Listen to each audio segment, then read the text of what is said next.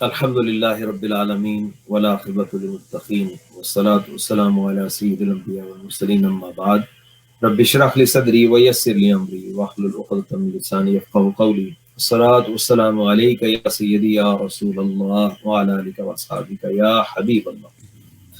الحمد للہ رب العالمین، اللہ کے فضل اور اس کے کرم سے آج ایک بار پھر ہم عاشقان رسول اللہ صلی اللہ علیہ وسلم یو ایس اے پیج پر اس ہفتہ وار محفل میں شریک ہیں۔ اللہ تبارک و تعالی ہمارے تمام شرکاء کو دین دنیا کی برکتوں سے مالا مال فرمائے۔ اللہ تعالی ہمیں عشق رسول کی دولت سے منور فرمائے۔ اللہ تبارک و تعالی ہمیں نبی کریم صلی اللہ علیہ وآلہ وسلم کے ذکر کی برکت سے، آپ کے وسیلے کی برکت سے ہر طرح کے مرض، بیماری، بالخصوص کرونا وائرس سے اللہ محفوظ اور معمون رکھے۔ اور اللہ تبارک و تعالی ہمیں نبی کریم صلی اللہ علیہ وآلہ وسلم کے یار غار، حضور کے خاص صاحب جناب سیدنا صدیق اکبر رضی اللہ تعالیٰ عنہ کا جو عشق ہے، اللہ اس کا ایک ذرہ ہمیں بھی عطا فرمائے۔ آمین۔ گزشتہ پروگرام میں بھی حضرت سیدنا صدیق اکبر رضی اللہ تعالیٰ عنہ کے حوالے سے کچھ معروضات پیش کی تھیں، تو آج بھی مزید کچھ معلومات آپ کے ساتھ شیئر کروں گا۔ جناب سیدنا صدیق اکبر رضی اللہ تعالی عنہ نبی کریم صلی اللہ علیہ وآلہ وسلم کے بچپن کے ساتھی ہیں، اور آپ کا تعلق قریش سے ہے، اور 8ویں پشت میں ان کا شجرہ بھی رسول اللہ صلی اللہ علیہ وسلم کے شجرے سے مل جاتا ہے۔ سبحان اللہ۔ اور پھر جناب صدیق اکبر رضی اللہ تعالیٰ عنہ نے جب اسلام قبول کیا تو آپ چونکہ ایک تاجر تھے، بزنس مین تھے، ٹریڈر تھے، اور مکہ میں آپ کا بہت بڑا مقام تھا، پڑھنا لکھنا جانتے تھے، اور آپ جو مکہ کے لوگوں کے معاملات یا جھگڑے ہوتے تو آپ ان کے قاضی اور جج ہوتے، تو آپ کا ایک بہت بڑا ایک مقام تھا۔ اور پھر آپ نے کبھی بت پرستی نہیں کی، یعنی اسلام سے قبل بھی آپ نے کبھی بت پرستی نہیں کی، بلکہ اعلیٰ حضرت امام اہل سنت امام احمد رضا خان فاضل بریلوی رحمۃ اللہ علیہ نے یہ واقعہ نقل کیا ہے کہ بچپن میں آپ کے والد ابو قحافہ آپ کو بیت اللہ میں لے گئے، خانہ کعبہ شریف کے پاس لے گئے، حرم پاک میں لے گئے، اور وہاں جو بت نصب تھے ان بتوں کے پاس لے جا کر کہا، بیٹا یہ تمہارا خدا ہے، اس کو سجدہ کرو، اس کی عبادت کرو۔ تو حضرت ابو قحافہ کے صاحبزادے جناب صدیق اکبر رضی اللہ تعالیٰ عنہ، آپ کا بچپنا ہے، تو آپ نے اس بت سے کہا کہ میں بھوکا ہوں، مجھے کھانا دے دو، میں پیاسا ہوں، مجھے پانی دے دو، مجھے کپڑے دے دو۔ تو وہ بت تھا، بت نے آگے سے کیا دینا تھا؟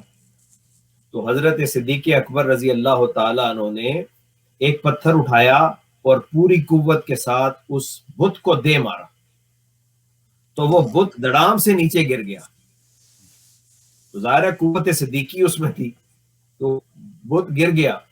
تو آپ کے والد بہت غصے ہوئے کہ یہ تم نے کیا کیا، اور ان کو لے کر گھر آ گئے، اور ابو بکر کی جو والدہ تھی اپنی بیوی، ان سے کہا کہ آج یہ تمہارے بیٹے نے کیا کیا ہے؟ تو ان کی زوجہ کہنے لگی، حضرت ابو بکر کی جو والدہ تھیں ام الخیر، انہوں نے کہا اس بیٹے کو کچھ نہ کہو، کیونکہ جب یہ پیدا ہوئے تھے تو میں نے یہ خواب دیکھا تھا اور مجھے یہ آواز آئی تھی کہ یا امات اللہ بالتحقیق ابشری بالولد العتیق لمحمد صاحب و رفیق اسمہ فی السماء الصدیق۔ فرمایا ہے اللہ کی بندی، تمہیں مبارک ہو، اللہ تمہیں ایک بیٹا دے گا، اور وہ بیٹا ایسا ہے کہ جو آسمانوں میں اس کا نام صدیق ہے، اور وہ محمد کا ساتھی اور رفیق اور دوست ہوگا۔ تو بچپن میں بھی حضرت ابو بکر صدیق رضی اللہ تعالیٰ عنہ نے بت پرستی نہیں کی، شراب کو کبھی ہاتھ نہیں لگایا۔ تو جب آپ نے اسلام قبول کیا تو جو آپ کے دوست تھے، ہمارا بعض لوگوں نے یہ اعتراض کیا اور کہا کہ ابو بکر، زندگی میں جب بھی تم کاروبار کرتے ہو، ڈیل کرتے ہو، بزنس کرتے ہو، ہمیشہ تمہاری ڈیل سکسیسفل ہوئی ہے، کبھی نقصان نہیں ہوا، لاس نہیں ہوا، لیکن یہ جو کام تم نے کیا ہے نا، کلمہ پڑھ لیا، مسلمان ہو گئے، تو یہ جو ڈیل ہے یہ لاس والی ہے، اس میں تمہیں نقصان ہے۔ ابو بکر صدیق رضی اللہ تعالیٰ عنہ نے جواب دیا کہ میں نے کسی دنیا کے لالچ میں یا دنیا کے فائدے کے لیے نہیں کیا، میں نے تو اللہ کی محبت میں اور رسول اللہ کی محبت میں ایمان قبول کیا۔ سبحان اللہ۔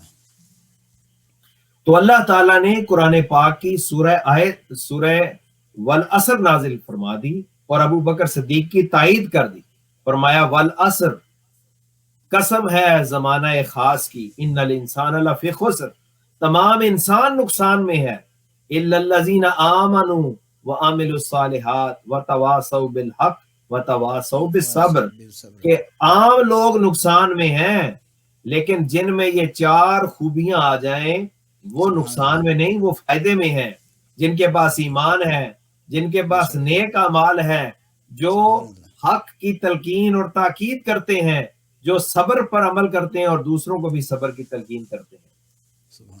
تو قرآن پاک صدیق اکبر رضی اللہ تعالیٰ عنہ کی جو تائید میں اللہ نازل فرماتا ہے۔ پھر آپ دیکھیں کہ جناب صدیق اکبر رضی اللہ تعالیٰ عنہ نے جب اسلام قبول کیا تو 40,000 درہم یا دینار آپ کے پاس تھے، وہ سب آپ نے اسلام کے لیے وقف کر دیے۔ جو کوئی غریب ہوتا، کوئی غلام ہوتا اور وہ کلمہ پڑھ کر مسلمان ہو چکا ہے اور اس کا آقا اسے سزا دے رہا ہے، ٹارچر کر رہا ہے، تو ابو بکر صدیق رضی اللہ تعالیٰ عنہ جاتے، مال اپنا خرچ کرتے، اسے خرید لیتے اور اس کو اللہ کی رضا کے لیے آزاد کر دیتے۔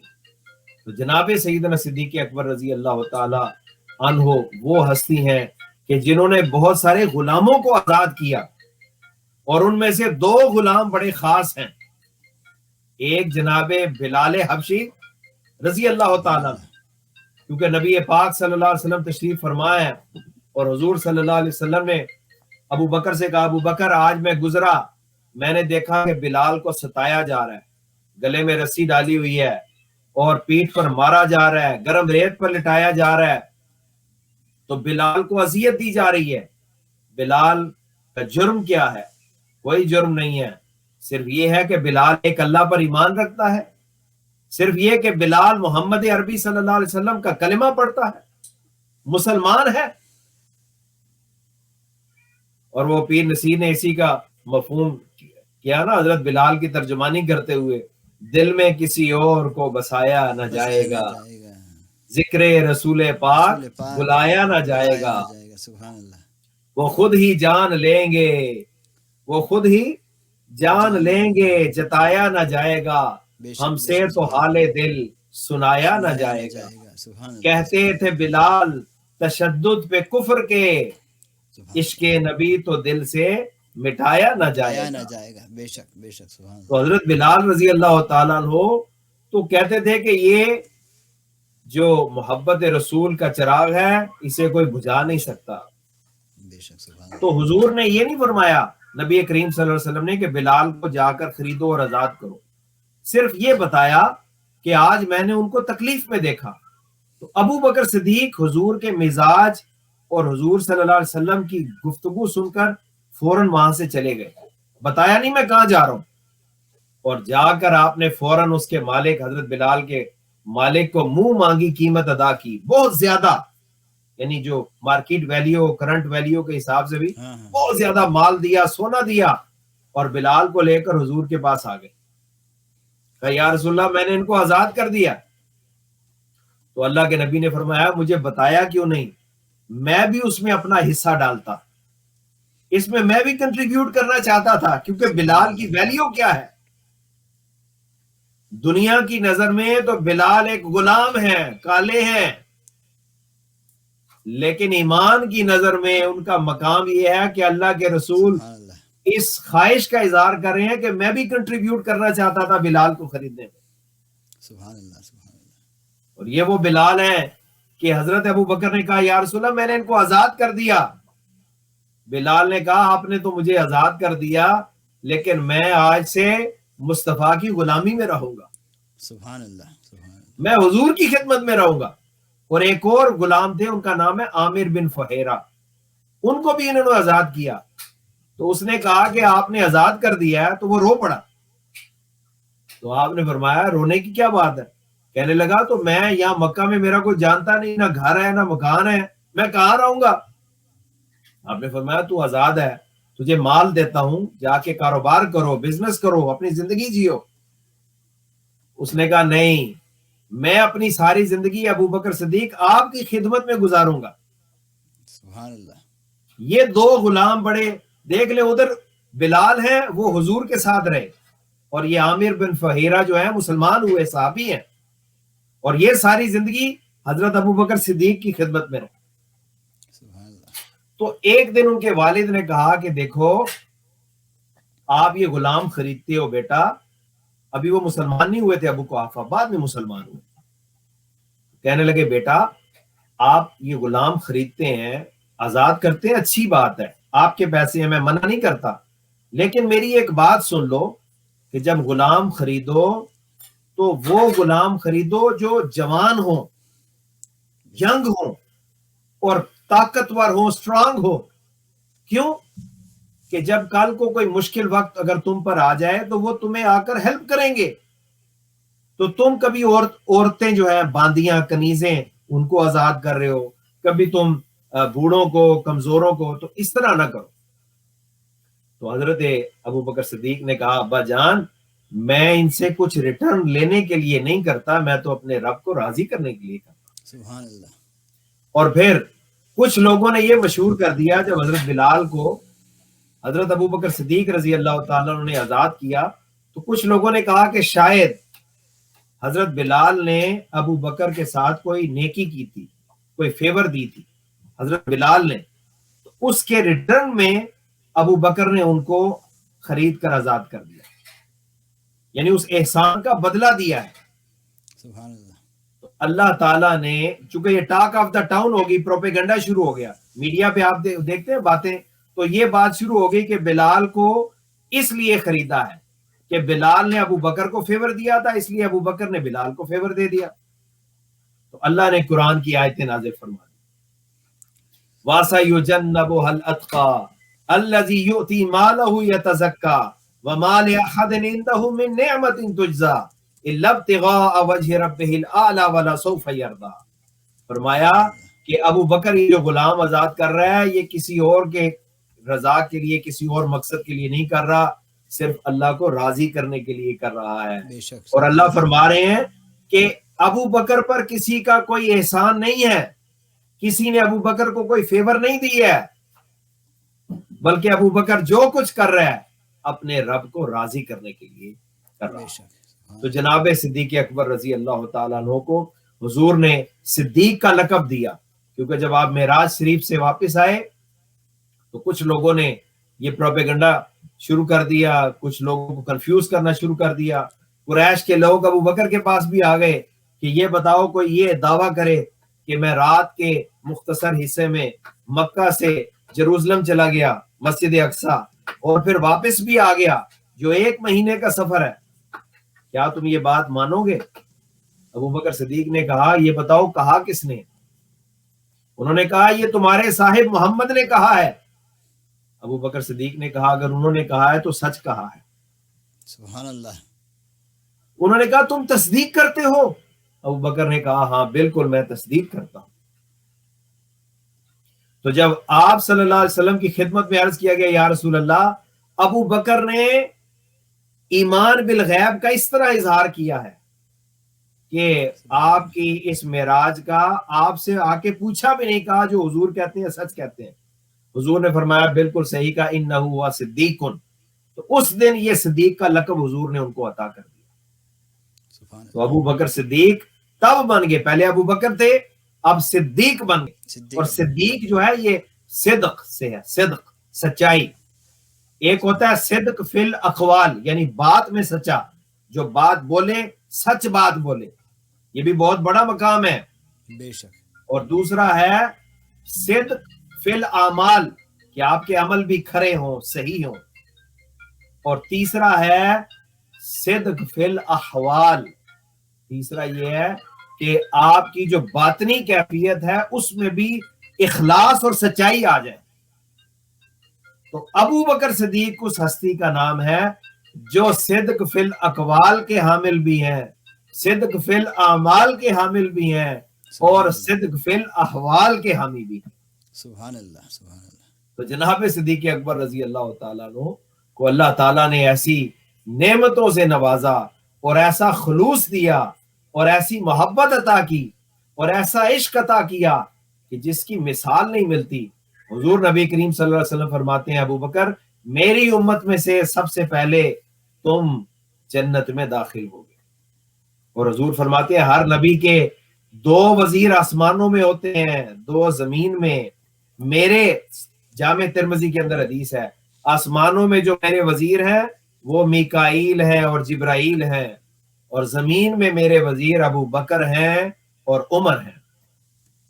اور حضور فرما رہے ہیں اقتدوا بالذین من بعدی ابو بکر و عمر، میرے بعد کس کا دامن پکڑو، کس کی اقتداء کرو، کس کو فالو کرو؟ فرمایا ابو بکر کو اور عمر کو فالو کرو۔ سبحان اللہ۔ ایک عورت آگے یا رسول اللہ میری ایک حاجت ہے، مسئلہ پیش کیا، تو آپ نے اس کا مسئلہ حل فرمایا اور پھر فرمایا دوبارہ بھی آنا، اور بخاری شریف ہے۔ وہ کہنے لگی یا رسول اللہ صلی اللہ علیہ وسلم اگر میں آؤں اور آپ کو نہ پاؤں تو پھر کیا کروں؟ سرکار نے فرمایا اگر مجھے نہ پاؤ تو ابو بکر کے پاس آ جانا۔ سبحان اللہ۔ اتنا حضور صلی اللہ علیہ وسلم کو ابو بکر سے پیار تھا اور ابو بکر صدیق رضی اللہ تعالیٰ عنہ کے ساتھ اتنی زیادہ کلوزنس تھی۔ اور پھر آپ دیکھیں کہ جناب سیدنا صدیق اکبر رضی اللہ تعالیٰ عنہ نے جو غار والی جو خدمت سر انجام دی وہ کتنا ایک بڑا کام ہے۔ اور اس سے قبل بھی ابو بکر صدیق رضی اللہ تعالیٰ عنہ ایک بار ہجرت کے ارادے سے آپ مکہ شریف سے چلے گئے کہ میں یمن چلا جاتا ہوں، کسی اور ملک چلا جاتا ہوں، تو ابن دغنہ نے برق الغماد کے پاس جو کافر تھا، ابن دغنہ قریش کا لیڈر تھا، اس نے دیکھا ابو بکر کہاں جا رہے ہو؟ کہا کہ میں اب مکہ میں نہیں رہ سکتا، یہاں مجھے اپنے دین پر اپنے مذہب پر عمل کرنے کی آزادی نہیں ہے، میں ہجرت کر رہا ہوں، دور چلا جاؤں گا، کسی اور بستی کسی اور شہر میں جا کر اپنے رب کی عبادت کروں گا، اسلام کی تبلیغ کروں گا۔ اور یہ ابو بکر کی تبلیغ ہے کہ حضرت عثمان، حضرت عبد الرحمن ابن عوف، یہ بڑے بڑے جو عشرہ مبشرہ میں سے جو 6 بڑے صحابی ہیں وہ ابو بکر صدیق کی تبلیغ سے مسلمان ہوئے۔ سبحان اللہ۔ تو حضرت ابو بکر صدیق رضی اللہ تعالیٰ عنہ کے بہت زیادہ جو ہیں احسانات ہیں مسلمانوں کے لیے اور اسلام کے لیے، آپ کی بہت خدمات ہیں۔ تو ابن دغنہ نے کہا کہ مثلک لا یخرج ولا یخرج، کہ آپ جیسا شخص ہمارے شہر سے باہر چلا جائے یہ نہیں ہو سکتا۔ اور آپ حیران ہوں گے اقبال بھائی کہ ابن دغنہ اس وقت جو اس نے کہا نا ابو بکر آپ کون ہیں، انک لتصل الرحم وتحمل الکل وتکسب المعدوم وتعین علی نوائب الحق وتقر الضیف، یعنی یہ جو 5 خصوصیات بیان کی کہ ابو بکر آپ کون ہیں، آپ مظلوم کے ساتھ کھڑے ہوتے ہیں، آپ صلہ رحمی کرتے ہیں، آپ مہمان کا اکرام کرتے ہیں، اے ابو بکر آپ غریبوں کی مدد کرتے ہیں، اے ابو بکر آپ کمزوروں کے ساتھی ہیں۔ یعنی یہ وہ جملے ہیں کہ جب اللہ کے نبی صلی اللہ علیہ وسلم پر پہلی دفعہ قرآن نازل ہوا اور آپ گھر آئے، حضرت خدیجہ کو بتایا کہ مجھ پر یہ قرآن نازل ہوا، تو حضرت خدیجہ نے یہ جملے رسول پاک کے لیے فرمائے۔ سبحان اللہ۔ حضرت خدیجہ نے کہا محمد اللہ آپ کو کبھی بھی ضائع نہیں کرے گا، کیوں کہ آپ صلہ رحمی فرماتے ہیں، آپ مہمانوں کا خیال رکھتے ہیں، آپ غریبوں کی مدد کرتے ہیں، آپ دوسروں کا بوجھ اٹھاتے ہیں، آپ مظلوم کی مدد کرتے ہیں۔ تو آپ دیکھیں ابن دغنہ یہی صفات، اور یہ بخاری شریف ہے، ابن دغنہ کہہ رہا ہے کہ ابو بکر آپ میں یہ صفات موجود ہیں۔ تو پتہ یہ چلا ابو بکر صدیق جو ہیں وہ عکس جمال مصطفیٰ تھے، حضور کی اتباع میں اتنے کامل تھے کہ حضور کی ذات کی جھلک ابو بکر صدیق میں نظر آتی. اور ثانی اثنین جو کہا نا، دو میں سے دوسرا، تو پہلے حضور ہیں نبی پاک، دوسرے ابو بکر ہیں. ہر کام میں پہلے رسول پاک ہیں اور پھر امت میں ہم دیکھتے ہیں اس کے بعد جناب صدیق اکبر رضی اللہ تعالی نظر آتے ہیں. تو حضرت ابو بکر صدیق کے لیے حضور فرماتے ہیں لو کنت متخذا خلیلا غیر ربی لاتخذت ابا بکر خلیلا، اگر میں اللہ کے سوا مخلوق میں سے کسی کو اپنا خلیل بناتا تو میں ابو بکر کو بناتا. حضور یہ فرما رہے ہیں کہ میں تو اللہ کا خلیل ہوں، اللہ میرا خلیل ہے. تو آپ دیکھیں ابو بکر سے آپ کی کتنی محبت ہے، کتنا تعلق ہے. اور پھر جناب صدیق اکبر رضی اللہ تعالیٰ نے ایک دفعہ عرض کرتے ہیں حبب الیہ من الدنیا ثلاثن، اس دنیا میں سے، پوری دنیا میں سے، پوری کائنات میں سے 3 چیزیں مجھے سب سے زیادہ محبوب ہیں، سب سے زیادہ پسندیدہ ہیں. نمبر 1 النظر الی وجہ رسول اللہ، کہ چہرہ مصطفیٰ کا ہو اور نگاہ صدیق کی ہو، سبحان اللہ، کہ میں رسول اللہ کے چہرے کی زیارت کرتا رہوں. انفاق و مالی علی رسول اللہ، میرا مال ہو اور میں اپنے آقا کے لیے، حضور کی خوش ندی کے لیے خرچ کرتا رہوں. سبحان اللہ، وَأَن يَكُونَ ابْنَتِي تَحْتَ رسول اللہ، اور تیسرا یہ کہ میری بیٹی عائشہ رسول اللہ کے نکاح میں رہے. تو آپ اندازہ لگائیں ابو بکر صدیق کا عشق کتنا ہے. اور حضرت عمر کہتے ہیں ہمیشہ ہر کام میں ابو بکر از نمبر 1. جیسے ایک حدیث ہے بخاری میں، فجر کی نماز کے بعد بیٹھے ہوئے ہیں، حضور نبی کریم نے صحابہ سے پوچھا آج روزہ کس نے رکھا ہے؟ ابو بکر نے کہا میں نے. حضور نے فرمایا اچھا یہ بتاؤ آج مریض کی عیادت کس نے کی ہے؟ کسی مریض کو وزٹ کیا ہے؟ وزٹنگ اے سک پرسن. تو ابو بکر صدیق نے ہاتھ کھڑا کیا، میں نے. حضور نے فرمایا من اطعم الیوم المسکینہ، کہ آج مسکین کو کھانا کس نے کھلایا ہے؟ کسی غریب کو کھانا کھلایا ہے؟ تو ابو بکر نے کہا میں نے. سبحان اللہ. تو حضور نبی کریم صلی اللہ علیہ وآلہ وسلم نے فرمایا کہ آج کسی نے جنازہ پڑھا ہے؟ تو ابو بکر صدیق نے ہاتھ کھڑا کیا، میں نے. سبحان اللہ. حضور نے فرمایا جس مسلمان نے ایک دن میں یہ چاروں کام کر لیے، قیامت کے دن وہ جنت میں داخل ہوگا. سبحان اللہ. اور پھر حضور نبی کریم صلی اللہ علیہ وسلم نے ایک دفعہ، بخاری شریف کی حدیث ہے کہ جنت کی 8 دروازے ہیں نا، کسی کو باب الصلاۃ سے بلایا جائے گا، کسی کو باب الجہاد سے بلایا جائے گا، کسی کو باب الریان سے بلایا جائے گا. تو ابو بکر صدیق نے عرض کیا یا رسول اللہ کوئی ایسا بھی ہے؟ ہر کسی کو کسی اسپیشل گیٹ سے بلایا جائے گا، کیا ایسا بھی کوئی ہے جس کو سب گیٹوں میں سے بلایا جائے، سب دروازوں میں سے؟ سبحان اللہ. سبحان اللہ. تو اللہ کے نبی نے فرمایا ہاں ابو بکر وہ تم ہو، سبحان اللہ. کہ جنت کے 8 دروازے گیٹس ویلکم کریں گے ابو بکر تم یہاں سے داخل ہو جاؤ.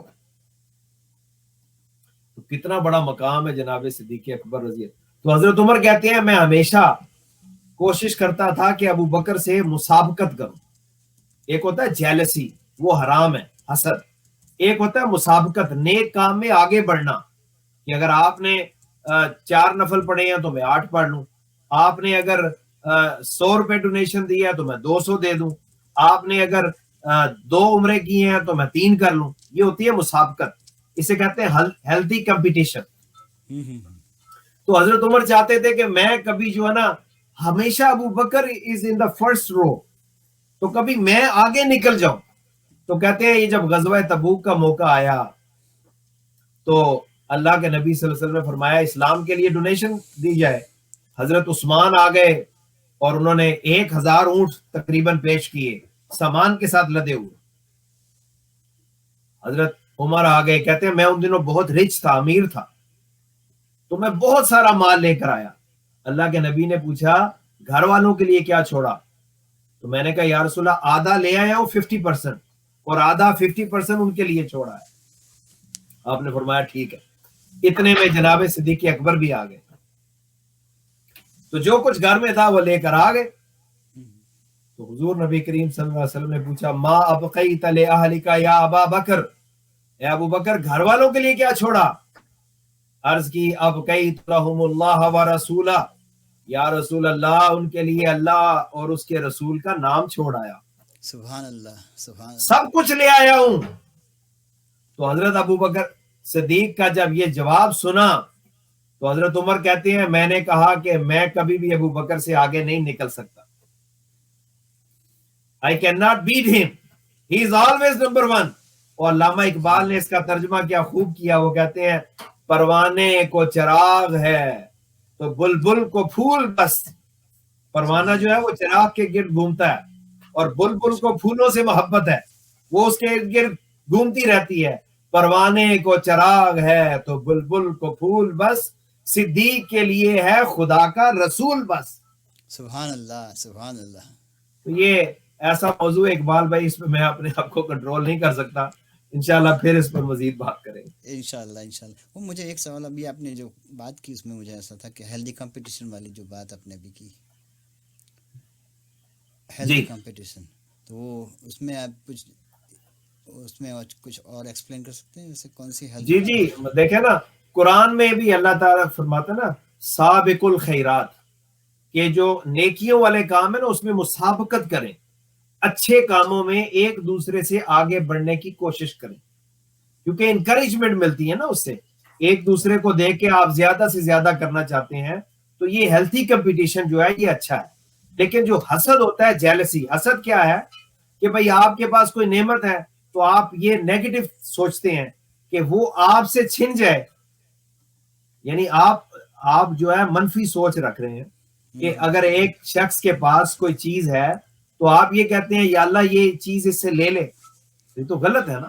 ہاں آپ یہ دعا کریں اللہ نے جو چیز آپ کو دی ہے اللہ آپ کو نصیب کرے، مبارک کرے اور اللہ مجھے بھی عطا کرے، یہ تو اچھی بات ہوگی، ٹھیک ہے. لیکن یہ جو سوچ ہے کہ آپ کہیں گے نہیں، جو جیلسی جسے کہتے ہیں یہ ایک ڈیزیز ہے، یہ ایک بیماری ہے، اور کیا کہتے ہیں سائنٹیفکلی بھی ہیلتھ وائز بھی اس کے بہت سارے سائیڈ ایفیکٹ ہیں. یہ جو انگزائٹی ہے، بلڈ پریشر ہے، یہ بہت ساری چیزیں جو ہیں یہ جیلسی کی وجہ سے ہیں. لیکن جو ہیلتھی کمپٹیشن ہے قرآن میں کہتا ہے والسابقون الاولون من المہاجرین والانصار، کہ وہ جو سابق، جو سبقت لے گئے، جو سب سے پہلے ایمان لے آئے مہاجرین میں سے اور انصار میں سے، اللہ ان کی شان بیان کر رہا ہے رضی اللہ عنہ ورضوا عنہ، اللہ ان سے راضی، وہ اللہ سے راضی. تو جو یہ مسابقت فی الخیرات ہے نا نیک اعمال میں، یہ اللہ تعالیٰ کو پسند ہے، رسول اللہ صلی اللہ علیہ وسلم کو پسند ہے، اور آپ صلی اللہ علیہ وسلم صحابہ کو انکریج کرتے تھے. یعنی آپ ایک پیج قرآن کا پڑھتے ہیں، میں 2 پڑھوں، اور ہمارے ایک دوسرے صاحب وہ کہیں میں 4 پڑھوں، میں 5 پڑھوں.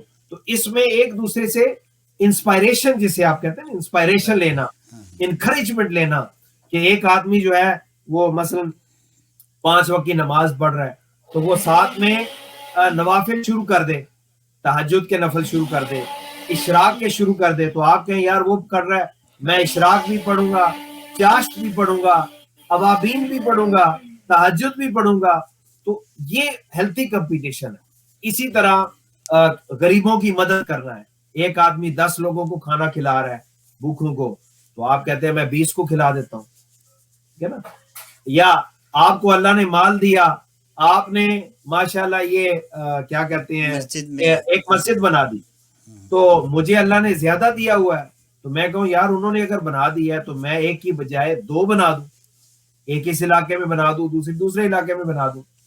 اسی پر علی ھذا القیاس بہت سارے کام، مثلا آپ نے کوئی مسافر خانہ بنا دیا، یتیم خانہ بنا دیا، دارالعلوم بنا دیا، مدرسہ بنا دیا.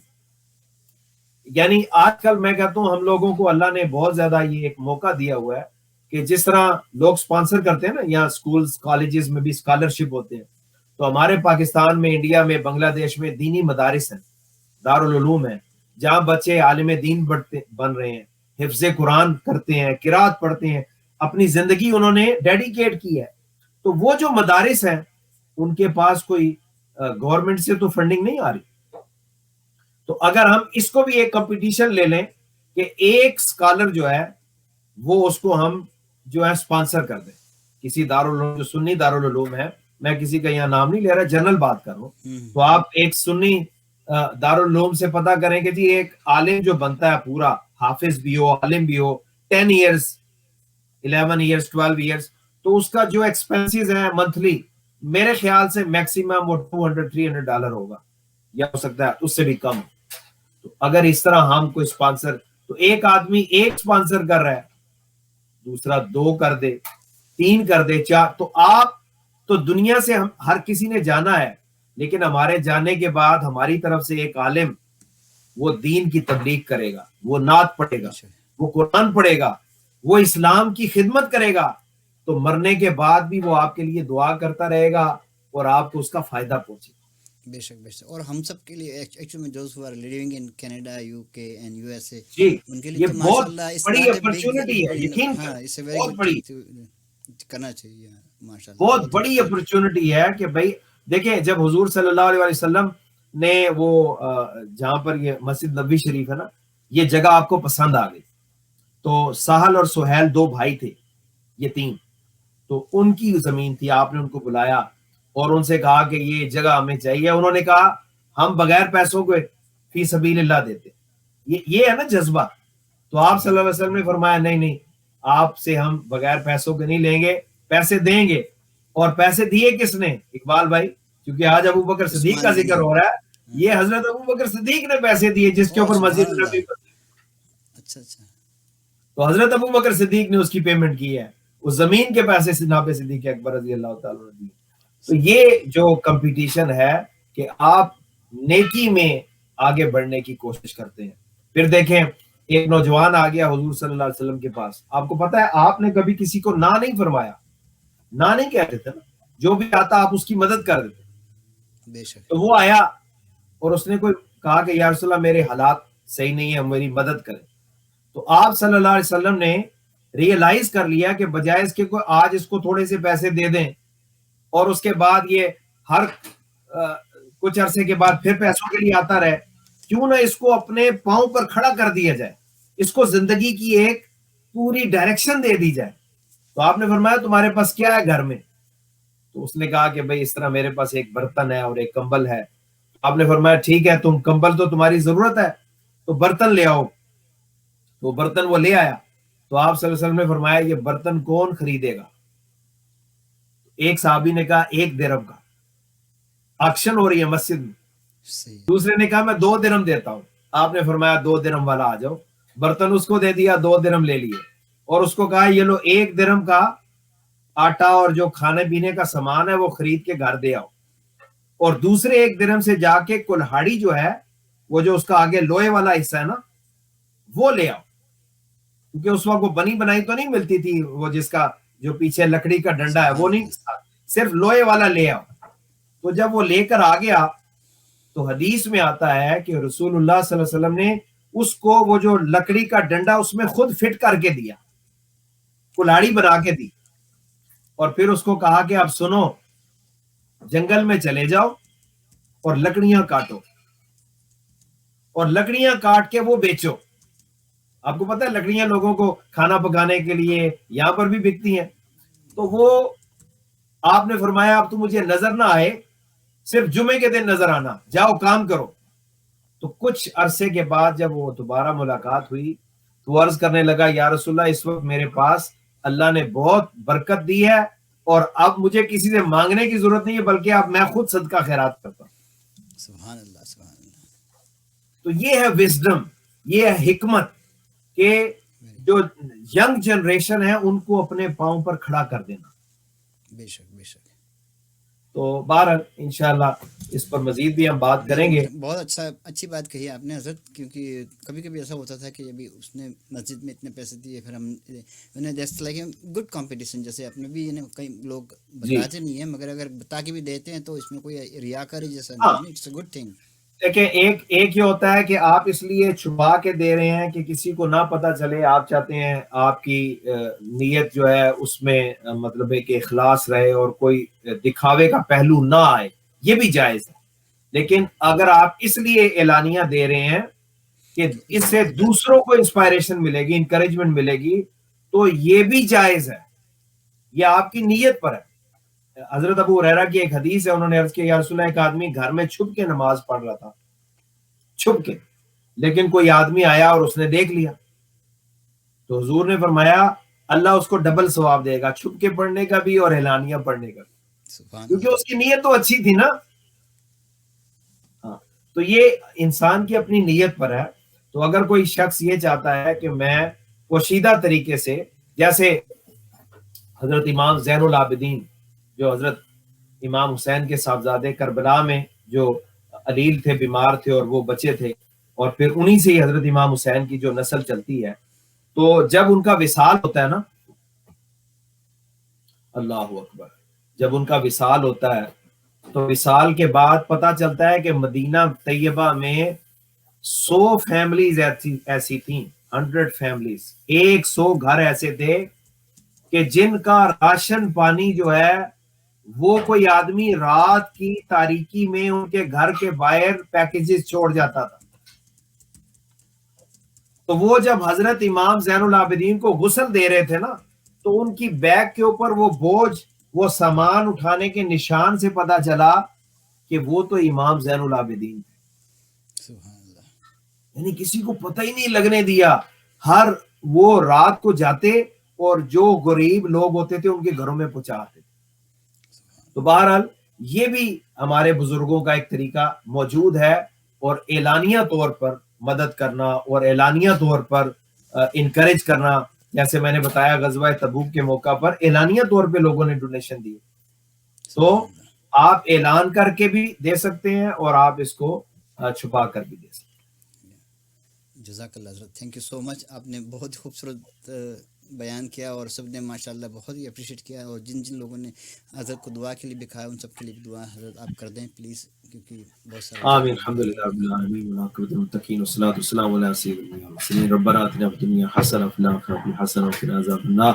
Allah, most and merciful Allah, we thank you for each and every blessing you have given to us. Put our hearts and minds in the right direction. Ya Allah, ہمیں نبی کریم صلی اللہ علیہ وسلم کی سچی محبت اور غلامی عطا فرما۔ یا اللہ، ہمارا یہ بیٹھنا، سننا، سنانا اپنی بارگاہ میں مقبول اور منظور فرما۔ ہمارے جتنے بھی ساتھی دعاؤں کے لیے ٹیکسٹ میسیجز کرتے رہتے ہیں، کال کرتے ہیں، یا اللہ ان سب کی نیک دعائیں قبول اور منظور فرما۔ آمین ہمارے حاجی اقبال کنٹریکٹر صاحب، ان کے اہل خانہ کو یا اللہ دین دنیا کی برکتیں، خیر و برکت، عافیت اور سلامتی عطا فرما۔ ان کی دینی خدمات کو قبول فرما، نظر بد سے محفوظ فرما۔ ہمارے شمریز صاحب کی بیٹی کو شفائے کاملہ عاجلہ عطا فرما۔ ہمارے ایک اور ساتھی بیمار ہیں، اللہ ان کو شفائے کاملہ عاجلہ عطا فرمائے۔ ہمارے ایک دوست ہیں نجیب بھائی، ان کے والد کو اللہ صحت و تندرستی عطا فرمائے۔ دیگر جتنے بھی ہمارے عزیز و قارب ہیں، یا اللہ ہم سب کو اپنے حفظ و امان عطا فرما، ہماری تمام پریشانیوں کو دور فرما، نبی کریم صلی اللہ علیہ وسلم کی سچی محبت و غلامی عطا فرما، آمین بار بار حرمین طیبین کی حاضری نصیب فرما، آمین ہماری نیتوں میں اخلاص پیدا فرما۔ اے آمین مالک مولا، جناب صدیق اکبر کے درجات کو بلند فرما، ان کے فیض کو جاری فرما۔ یا اللہ ابو بکر صدیق جیسی وفا نصیب فرما، ان جیسا اخلاص عطا فرما، ان جیسی للہیت عطا فرما، ان جیسا عشق رسول عطا فرما، اور جناب صدیق اکبر رضی اللہ تعالیٰ عنہ جیسی سخاوت عطا فرما، اسلام کی خدمت کا ان جیسا جذبہ عطا فرما، عالم اسلام کی خیر فرما، کل بلاد اسلامیہ کی خیر فرما۔ یا رب العالمین، یا ارحم الراحمین، ہماری تمام نیک حاجات قبول و منظور فرما۔ جن جن احباب نے دعاؤں کے لیے کہا ان سب کی نیک دعائیں قبول و منظور فرما۔ یا رب بالمصطفیٰ بلغ مقاصدنا واغفر لنا ما مضى یا واسع الکرم، حسبنا اللہ نعم الوکیل، نعم المولا و نعم النصیر، وصلی اللہ تعالی علی خیر خلق محمد و آلہ وصحبہ اجمعین برحمتک یا برحمتک حق لا الہ الا اللہ محمد رسول حضرت، جزاک اللہ بہت بہت شکریہ، اور میں ان سب کا بھی شکریہ ادا کرتا ہوں۔ ویسے اویس بھائی کے لیے بھی ہم دعا کرتے ہیں کہ اللہ پاک ان کے ایگزام میں ان کو کامیابی عطا فرمائے، اور آمین حفیظ آمین۔ بھائی اور عثمان بھائی اور ایوری سب کے لیے ہم سب دعا کرتے ہیں، اور جن جن لوگوں نے لائیو پروگرام دیکھا اور اس کو شیئر کرتے ہیں، شیئر کرتے رہتے ہیں، ان سب کے لیے ہم دعا کرتے ہیں۔ جزاک اللہ، تھینک یو سو مچ، اللہ حافظ، اللہ پاک آپ کو سلامت رکھے، اللہ حافظ، جزاک اللہ حضرت، اللہ حافظ، اللہ حافظ۔